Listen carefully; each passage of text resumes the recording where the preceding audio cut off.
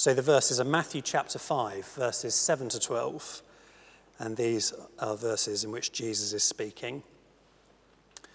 Blessed are the merciful, for they shall receive mercy. Blessed are the pure in heart, for they shall see God. Blessed are the peacemakers, for they shall be called sons of God. Blessed are those who are persecuted for righteousness' sake, for theirs is the kingdom of heaven. Blessed are you when others revile you and persecute you and utter all kinds of evil against you falsely on my account. Rejoice and be glad, for your reward is great in heaven, for so they persecuted the prophets who were before you.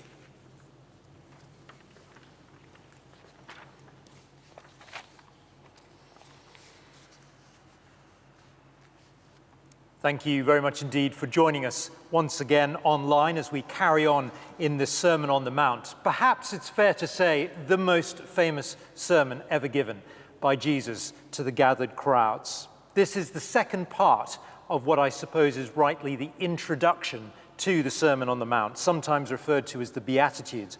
And I hope you've managed to find the handout nearby where you found the link for this meeting. You'll see a copy of the text that was just read out and some points that I shall be making. And I think this week, one word stands out: persecuted. 3 times at least, we get reference to being persecuted. And I think it's almost unbelievable, isn't it, that Jesus would explain to those gathered there that day that a life following him will be one of being sworn at, having evil things said about you, and being falsely accused. I mean, what a way to recruit people. Follow me, says Jesus, you'll be persecuted. I guess if we were going to put this into sort of teenager speak and sum it up succinctly, here is Jesus saying, follow me, your life will suck. And that's essentially the heartbeat of what's being said. And yet, through this text, I wonder if you noticed as it was read just now, we get some of the greatest promises that Jesus ever makes also being held out. Mercy from God, a valuable inheritance, all the joys of heaven, and perhaps surprisingly, reason to rejoice now and be glad now through it all.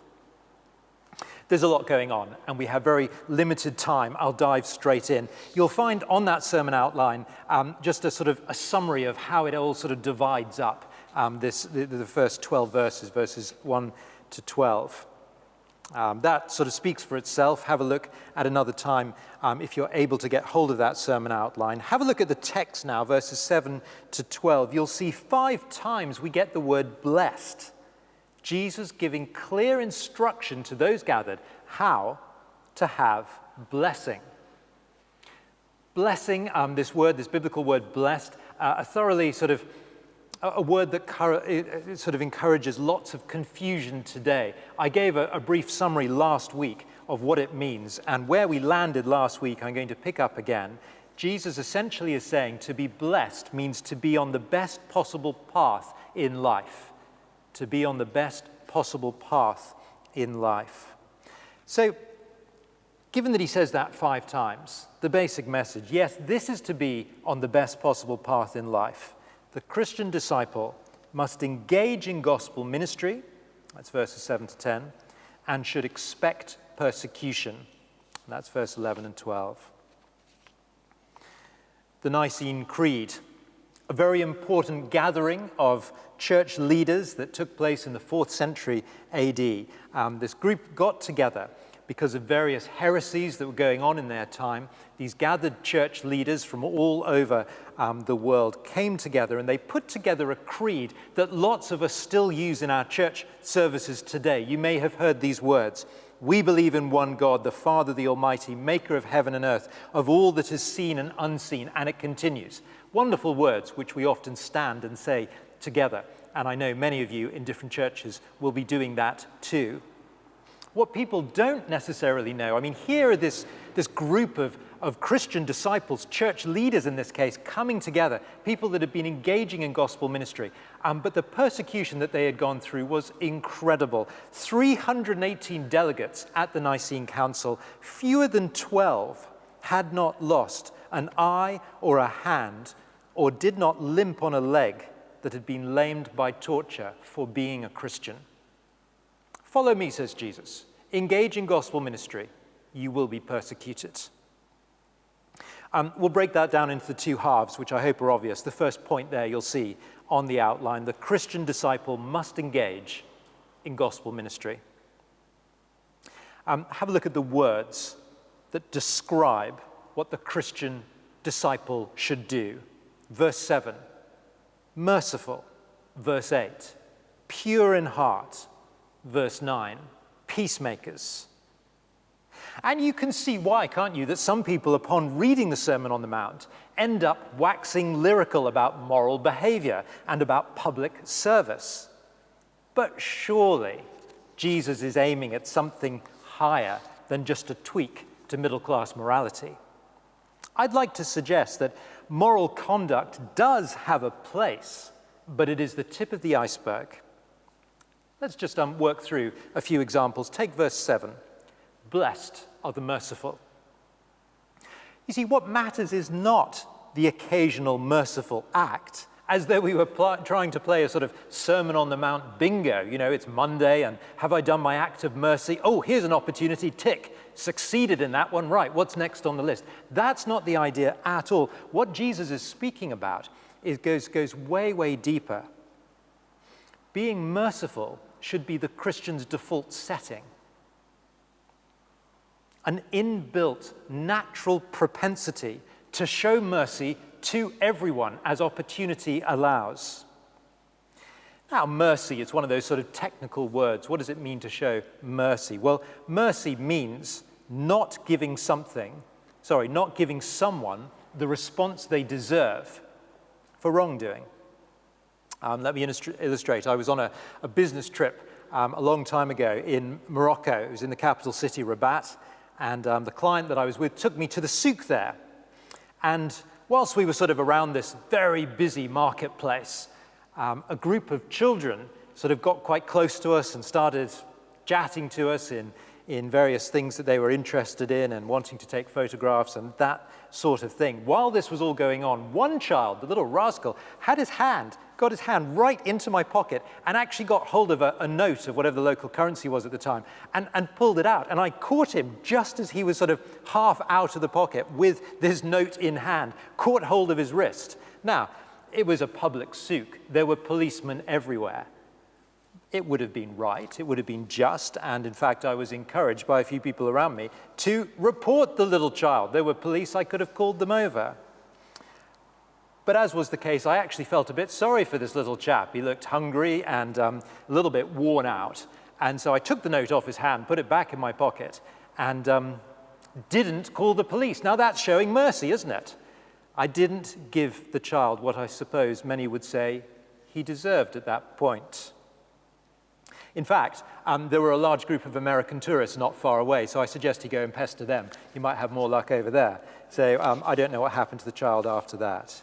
But you see, the point is, in terms of mercy, in terms of showing mercy to people in this world, I mean, lots of people do things like that all the time, don't they? At one level, there's nothing particularly Christian about that, letting somebody off a punishment they deserve.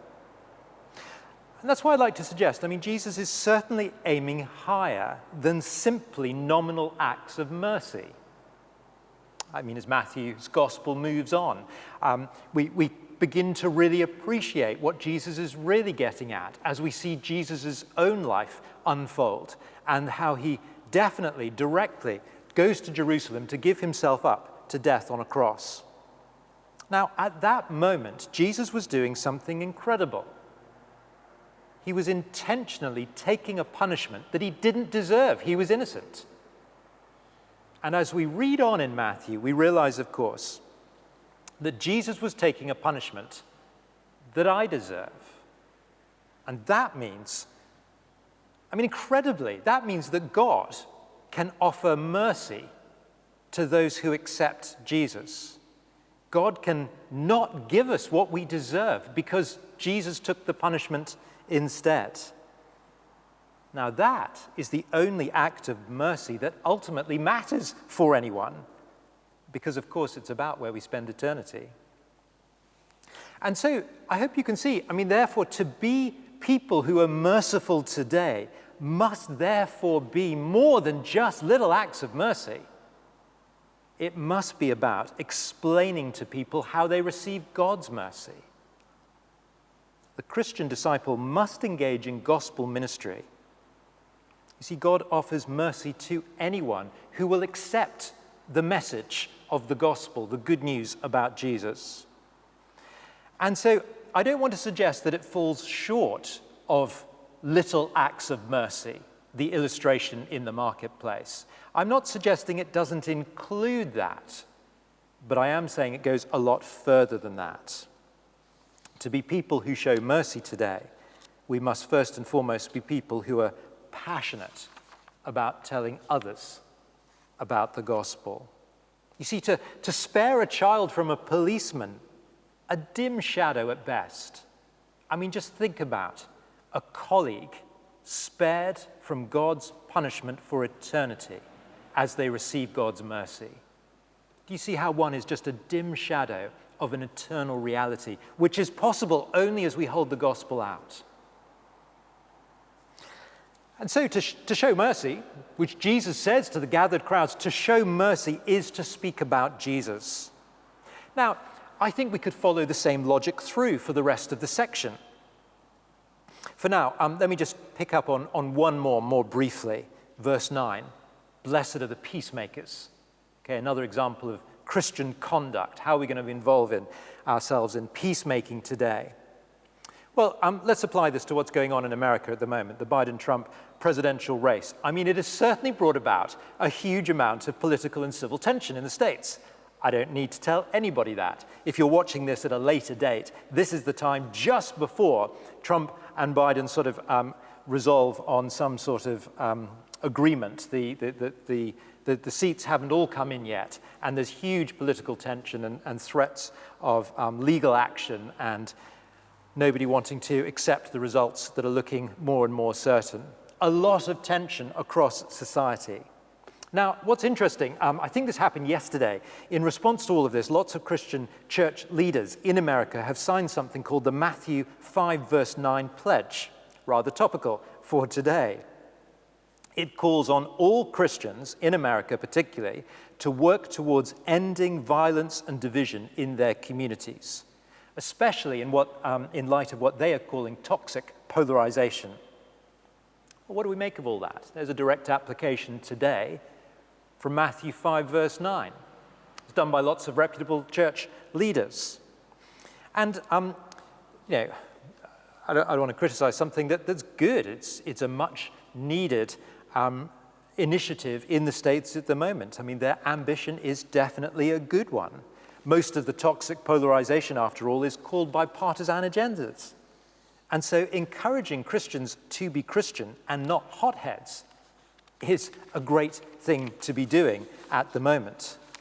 Have a look at verse 9 again, though. In verse 9, Jesus says, blessed are the peacemakers.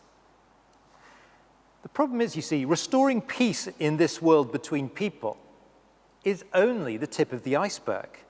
The peacemaking that Jesus really came to do was not about a horizontal peacemaking and restoring of division between humanity. It was about the vertical, restoring peace between God and humanity. So if you're listening in today, perhaps you're prepared to give Jesus another hearing.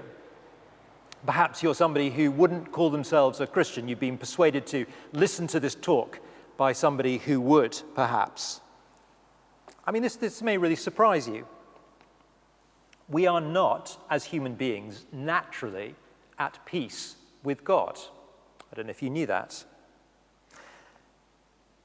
And to meet God, as all of us will one day, not at peace, is a terrifying prospect. And so to be a peacemaker today goes far beyond simply trying to restore the tension between the Democrats and the Republicans today, as good an ambition as that is. It's ultimately about offering the chance to people to be at peace with God. This is why a peacemaker is, of course, somebody who must engage in gospel ministry, speaking about Jesus, speaking about the hope that is offered as people become engaged with the gospel and get to know God for themselves. When churches, or indeed even Christians, make their priority political or social activity, they lose the very purpose for which they exist. Every Christian has a priority to engage in gospel ministry, speaking to people about Jesus. Well, what happens next? Wonderfully, as this happens, as the gospel is held out, which of course is where the whole of Matthew's gospel ends, go and make disciples of all nations. It's the big sort of headline for the whole gospel. Wonderfully, as that happens, some people will find God's mercy. Some people will be at peace with God as they come to know Jesus as their Lord and Savior. But that's not what Jesus goes into here. More briefly, the second point. A Christian disciple who engages in gospel ministry should expect persecution. Why? Well, because generally, the world has always hated Jesus and loved itself. It's always been that way, and it continues to be. And those who follow Jesus should expect persecution too. Now, the structure and the grammar of these verses here really help to emphasize this. Verse 10, have a look at it again. Blessed are those who are persecuted for righteousness' sake. And that's such a big thing for us to get our heads around. Jesus was obviously aware of that he goes into more detail. Verse 11 and 12 essentially expand verse 10. More detail about what it is to be persecuted. Except, have a look again at verse 11. Jesus switches now to the second person, you. It's almost like he sort of homes in on the disciples who are right in front of him and makes it very, very personal for them. If you take the gospel out, they will revile you, persecute you. All kinds of evil will be falsely made against you. In the email which circulated today, you may well have seen the example that I gave, the Saudi convert from Islam. It is unnatural, he said, maybe even wrong, to keep one's love for Jesus to oneself. But, he went on, if I speak to others about Jesus, I'm dead. Now, I read this story in some information that was circulated by the Christian charity Open Doors. It's set up some time ago to help Christians like this man, whose name I don't know, in Saudi Arabia, as they go through times of persecution for being a Christian. David Curry, he's the CEO of Open Doors, and he says this kind of oppression is not always the case. Persecution looks different in every country. And David goes on to explain how persecution basically should be split into two different frameworks. The smash, that's violence against Christians. That's true of our Christian brother in Saudi, the example of which I've just given. It was true of the men back who formed the Council of Chalcedon back in the 4th century. They were maimed, had eyes gouged out, hands cut off for being Christians, the smash. But David Curry goes on, he says, also, another type of persecution, the squeeze. That's where a government or a culture, a family, or an HR department makes it difficult to be a Christian. And I think that's the main problem for us today, isn't it? It's just the pressure to keep our head down, the pressure to not speak about Jesus. Sure, we can go and read our Bible privately. We can even retreat into a place of public worship and pray individually. But start speaking to people about Jesus in the office. Start sending round invitations to Christianity Explored courses to all of our team. Well, the HR department will be on our back very quickly in most cases. You see, the squeeze, which is effective right now across most of the Western world, forces us to keep our heads down and stay quiet, forces us not to engage in gospel ministry. It's natural, isn't it, to want to avoid getting hurt. If you're walking along the street and you trip up on the curb or something, then you put your hands down to break your fall. You don't just sort of put your hands behind your back and fall and smash your nose. We like to prevent ourselves from hurting ourselves. Well, to be a Christian means being prepared to fall without cushioning. The teasing, the sidelining, the passing over of promotion, the gossip behind your back. It's to be expected, says Jesus. You can't avoid it, says Jesus. In fact, verse 12, rejoice and be glad through it, says Jesus, because heaven is infinitely worth it. But also, you're walking in the footsteps of the great ones, the prophets before you, and not just the prophets, of Jesus himself. This is the life that Jesus offers to all who would follow him. Remember 5 times, blessed, blessed, blessed, blessed, blessed. This is the best possible path in life, says Jesus.